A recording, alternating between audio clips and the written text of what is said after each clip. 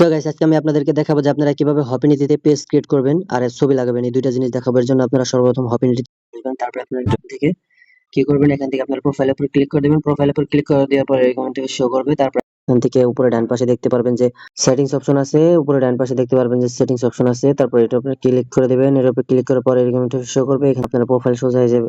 নিচের দিকে একটা অ্যারো চিহ্ন আছে না, এখানে ক্লিক করে দিবেন ডান পাশে। তারপর এখানে লেখা আছে যে ক্রিয়েট এ পেজ, এটার উপর আপনারা ক্লিক করে দিবেন।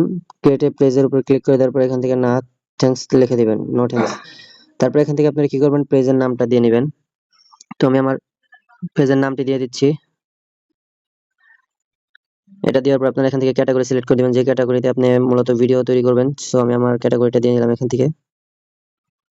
তো ক্যাটাগরিটা সিলেক্ট করার পর আপনারা এখান থেকে লোকেশনটা সিলেক্ট করে দিবেন। সো আমার লোকেশন ঠিক আছে। তারপর এখান থেকে আপনারা পেজ সম্পর্কিত কিছু লিখলে লিখে দিতে পারবেন, বা আদার্স কোনো ওয়েবসাইটের নাম বা লিঙ্ক বা নাম্বার দিলে এখান থেকে দিয়ে নেবেন। তো আমি এটা দিয়ে নিলাম আমার নাম্বার।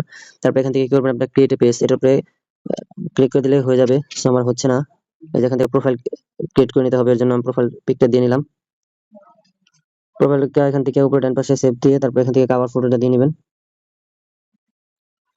সো আমি কভার ফটোটাও দিয়ে নিলাম। এখান থেকে কভার ফটোটা টিক মার্ক করে তারপর এখান থেকে আপনারা যে পেজে ক্রিয়েট অপশনে ক্লিক করে দিলে আপনার পেজটা সাকসেসফুল হয়ে যাবে। তো গাইস, আমার পেজটা ক্রিয়েট হয়ে গেছে, আমি দেখাচ্ছি। তারপরে আপনি কি করবেন, প্রোফাইলে ডান পাশে যে অ্যারো চিহ্ন আছে এটার উপরে ক্লিক করে এই যে আমার পেজটা এখন আমি লগইন করে দেখাচ্ছি। তো পেজটা লগইন হয়ে গেছে। তো এখন ব্যাক বাটনে ক্লিক করলে আপনার নতুন পেজের নতুন প্রোফাইলটা দেখতে পারবেন আর কি, দেখছেন।